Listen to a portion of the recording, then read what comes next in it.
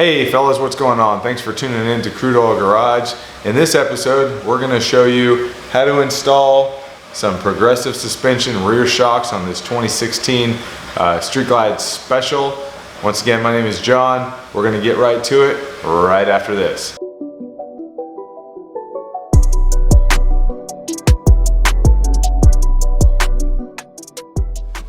First things first, guys, we got to take these saddlebags off of this Street Glide. They're pretty simple. Pretty much a snap and they're gone.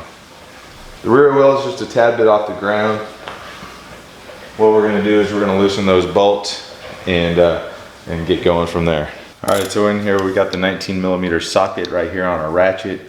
We're just going to loosen these guys up for now, and then we're going to take some pressure. Well, actually, we're going to put some. We're going to lower down the bike a little bit so we can even out the pressure on the rear swing arm to make it easier to line up the new shocks.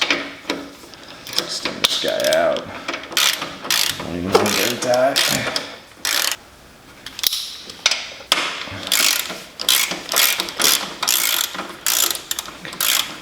Kind of want to get the power ratchet, make things a little bit faster.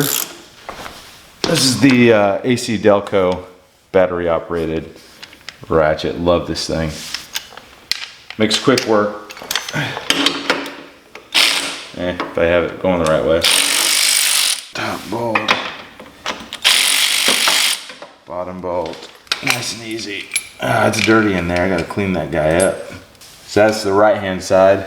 Nice and simple. I'm gonna grab one of these progressives. Buddy gave it to me. So these have these bushings on the inside of them that normally when you get them fresh out of the box, you got to pound them in there with the hammer to get them going right. And then basically, this is just plain and simple. Just line it on up. Go from there. I'm gonna put these bolts right back in the top. I always like to hand tighten it so you don't cross thread some stuff first. Let the bike down a little bit to compress that back end. Guys, real quick, if you're loving this video, smash that like button, hit the subscribe button. And if you're interested in a $100 oil change, click that link below for crudeoilgarage.com. That'll send you right to our Facebook page to like our Facebook page, and on there you can hit that book now button. You can book your oil change for $100, 8 a.m. to 9 p.m., 7 days a week. So if you're rushing out to go on a trip Saturday morning, you need your oil change the day before and you don't want to do it at your house and the dealer's closed, smash that book now button. It'll find you a spot. Come on down, we'll get you that oil change done for $100 out the door. Now back to the video. We have to come over to the left side to take both sides off, otherwise this is not going to let the wheel down on that side to get those other ones in there. Man, I need to recheck those torque specs on that. That's too loose. Let me check this out. This one's probably not torqued on there. I believe it's about 30 foot-pounds torque.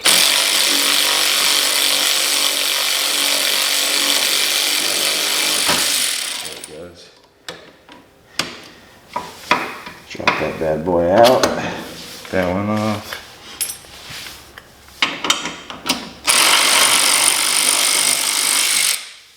Comes out just like that. Nice and simple.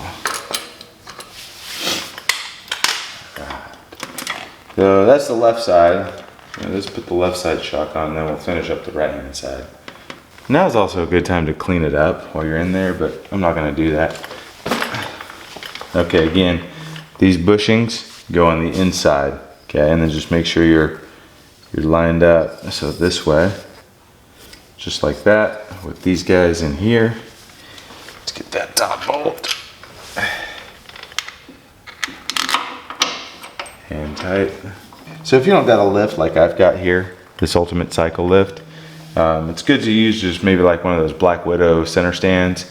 That you could put a ratchet on and gets right underneath your frame.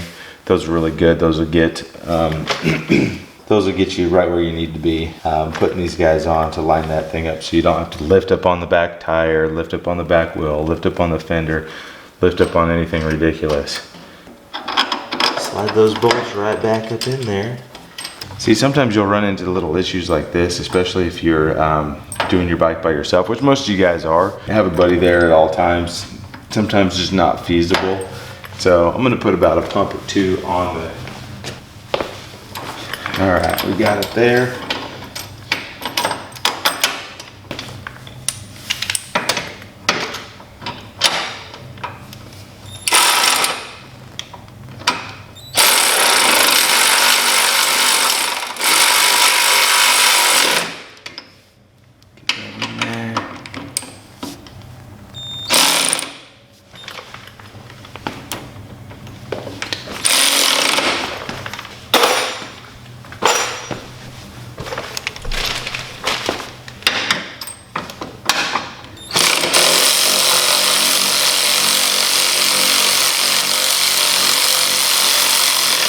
Time to torque these guys down with the torque wrench because we just put the ratchet on it a minute ago.